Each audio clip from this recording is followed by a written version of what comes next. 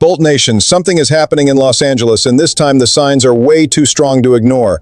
The Chargers are making moves in some very specific areas of this roster, and when that starts happening, the whole read on this team changes fast. There are clues about the tight end room, there's a rumor that could reopen a major door on defense, there's an underrated name quietly popping up on the radar, and there's even a chance of a splash move that could completely shake up this offense. Put all of that together and it sends one message loud and clear. The Bolts might not be done building this team.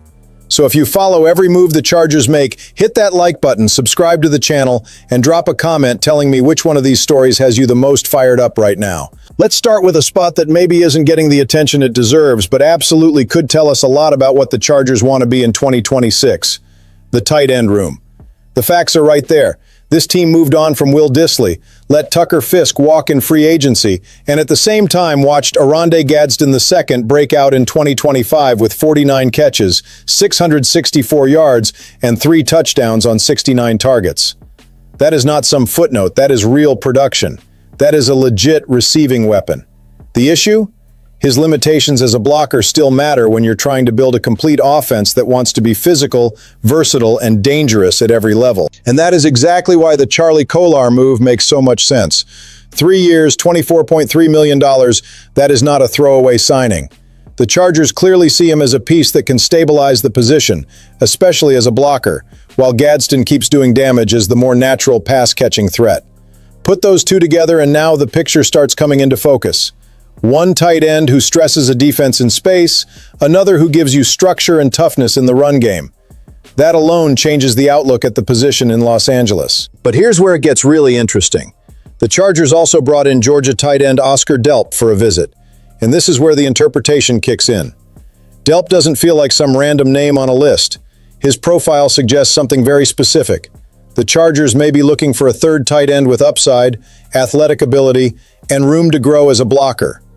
Reports from the pre-draft process say he flashed real athleticism at his pro day, and he fits right in that middle ground between what Gadsden gives you as a receiver and what Kolar gives you as a physical support piece. So think about what that really means.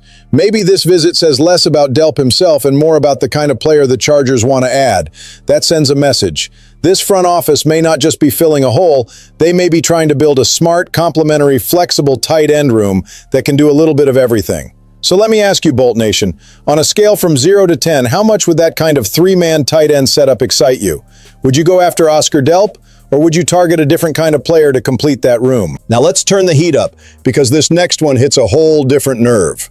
We're talking about a name that brings back memories, emotion, and probably a whole lot of debate. Joey Bosa. Yeah, I know, at first glance it sounds weird, maybe even wrong, but that might be exactly why it's worth talking about. Here's the reality. The Chargers still need more depth off the edge. They lost Odafe Oweh on the market, Bud Dupree is unlikely to return, and they still need rotational help behind Khalil Mack and Tuli Tuipolotu. It may not be the biggest hole on the roster, but it is absolutely still a real one. And that is where Bosa's name creeps back into the conversation. His market has been quiet, the price could keep dropping as the weeks go by, and that changes everything. Because if the Chargers even consider this, it wouldn't be about bringing him back as the old centerpiece of the defense. It wouldn't be about full-time snaps or carrying the pass rush, no. This would be about a very specific role. Situational pass rusher, rotational piece, a guy you turn loose in key moments. And honestly, in that role, the idea starts making a lot more sense than people want to admit. Matt Bowen of ESPN pointed out that Bosa can still win with speed to power, that his effort still shows up late in plays, and that he still profiles as a situational rusher. That matters. Because once you stop asking whether he can be the Joey Bosa of old and start asking what he can still give you in a limited role, the conversation changes. The Chargers wouldn't be buying the past. They'd be trying to squeeze value out of a player who knows the building, knows the pressure, and might still help in very specific spots. And if you're into this kind of no-filter Chargers breakdown, this is the time to subscribe, smash that like button, and stay locked in, because this offseason still feels like it has a few surprises left in it. Now, let's be fair, there is risk here, of course there is. The relationship after the split matters. The draft is loaded with edge rushers. Bosa may decide to wait and let the market come back to him later. All of that is real. But what's also real is this. If the contract is cheap and the role is clear, the Chargers could do a whole lot worse. The Joey Bosa conversation gets stuck on symbolism way too often. I think it should be about price and role. So tell me straight up, would you bring Joey Bosa back as a rotational edge rusher, or would you want nothing to do with it? Now let's shift from the big name to the kind of move smart teams make when they're really paying attention. Because not every addition that changes a roster comes with fireworks. Sometimes it comes after the draft. Sometimes it comes with no pick attached. Sometimes it's a development bet. And teams that know what they're doing, they live in that space. That's why Clemson linebacker Wade Woodaz is worth talking about. Here's the key fact. Woodaz said he had numerous meetings with the Chargers during the pre-draft process. Not one quick chat, not one passing interaction, multiple meetings. And when a team spends that kind of time on a player who's currently viewed as a fringe draftable prospect, that usually means one of two things. Either they think there's hidden value there, or they're already laying the groundwork to move fast if he goes undrafted. According to Pro Football Focus, Woodaz was ranked way down at 395 on the big board, which points much more toward undrafted free agency than being selected. And for the Chargers, that fit actually makes sense. They don't have a seventh-round pick, so using higher draft capital on him wouldn't feel like the smartest allocation of resources, especially with only a handful of total picks. But as an undrafted free agent, now we're talking. Low-cost swing, controlled risk, and maybe a guy who can help on special teams right away while developing into something more. His Clemson production shows a player who was solid in college. 2-year starter, 153 total tackles, 17 tackles for loss, 3.5 sacks. That doesn't scream superstar, and that's okay because that may not be the point. The real question is whether the Chargers see a competitive, disciplined player who can carve out a role on special teams first and maybe grow into defensive reps later. That changes the read. When a team meets with a player like this multiple times, it can tell you something about how they think. It can reveal that they want to strengthen the bottom of the roster with players who have a clear role, room to grow, and real value. That matters. So tell me this, does that kind of under-the-radar bet get you excited, or do you want the Chargers focusing only on more polished names? And now we get to the one that can really light the whole room on fire. Because when a name like Tyreek Hill enters the conversation, even in theory, you already know the temperature goes up. But let's separate the fact from the frenzy.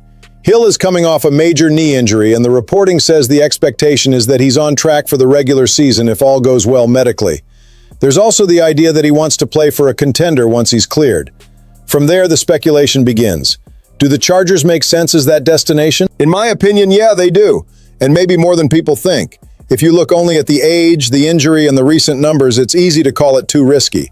But once you zoom out and look at the Chargers' situation, the whole picture changes. Justin Herbert is still one of the most gifted quarterbacks in football. Ladd McConkey and Quentin Johnston give you juice on the outside. Oronde Gadsden II adds versatility. Omarion Hampton helps balance the offense. And then there's the massive detail sitting right in front of everybody. Mike McDaniel. That connection matters. A lot. He knows exactly how to weaponize Tyreek Hill when he's healthy and dangerous. And that's the heart of it. Nobody responsible is saying this would automatically be prime Tyreek again. That's not the conversation. The question is this. If Hill is healthy enough, even if he's not peak version Tyreek, can he still force defenses to change the way they play the Chargers? Because if the answer is yes, then his presence alone changes the geometry of the field. It opens space, it changes coverages, it raises the ceiling of the entire offense. Now let's keep both feet on the ground. This is not a confirmed negotiation. This is not a report that a deal is close, and you absolutely cannot ignore the medical side of coming back from a major injury. But as a market idea, as a potential value swing relative to the possible impact, it is more than fair to talk about, especially with that obvious McDaniel-Hill connection staring everybody in the face. So now I'm throwing it to you, Bolt Nation, because this one will split the fan base right down the middle. If Tyreek Hill is truly healthy, are you going all in to bring him to Los Angeles, or is that way too risky for your taste? Drop one word in the comments to sum up your reaction. And tell me flat out, would Hill take this offense to another level, or would this be too flashy and too dangerous a gamble? When you put all these clues together, the feeling is hard to ignore. The Chargers are not just building a roster, they're building possibilities. There's a smart adjustment happening at tight end, a real debate around pass rush depth, clear attention being paid to hidden value, and maybe, just maybe, the door is cracked open for a true splash move on offense. Not all of it is going to happen. Not every rumor becomes reality. But the signs point to a team that is active, alert, and still capable of surprising people. And for anybody following Los Angeles closely, that changes everything. So hit like, subscribe, share this with another Chargers fan, and tell me right now, Which one of these moves would change the ceiling of this team the most? Because one thing is for sure, Bolt Nation, every single move matters, and this offseason still feels like it's building towards something big.